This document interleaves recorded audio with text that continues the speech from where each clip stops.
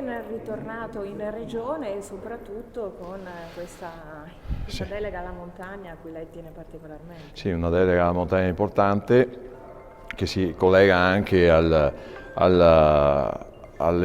tutte le questioni che riguardano l'agricoltura e l'ambiente legato alla montagna, ma il concetto è che la lungimiranza di aver individuato una figura che rappresenta tutta la montagna veneta è legata anche ai fondi europei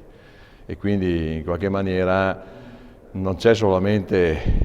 la prospettiva di dire c'è qualcuno che rappresenta la montagna ma non ha il sottostante, ma c'è qualcuno che rappresenta la montagna e anche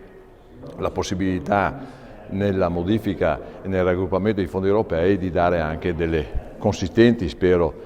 iniziative e anche di dare dei segnali veri, insomma, ecco tutto qua. Quindi voglio dire, non è una montagna senza portafoglio, è una montagna che ha portafoglio e questo secondo me dimostra la grande capacità del nostro Presidente e anche della squadra che lo ha affiancato. È una montagna con il portafoglio perché ci sono le Olimpiadi e le Paralimpiadi? No, non è la montagna che ha il portafoglio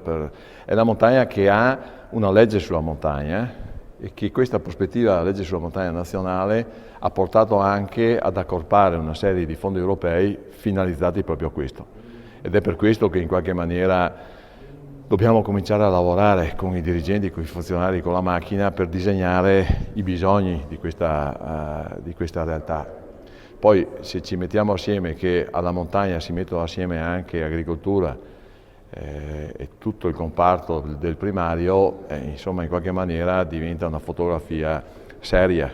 Diventa una fotografia seria che può permettere, con una grande collaborazione con tutti gli operatori, di dare dei segnali, di risolvere le questioni. Io l'appello che faccio è quello di collaborare il più possibile. Non si deve pensare che Dario Bond,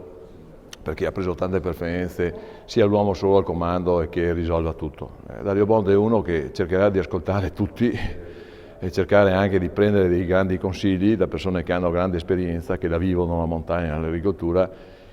senza nessuna preclusione, senza guardare nessun tipo di bandiera e a quel punto lì si prendono delle decisioni che sono,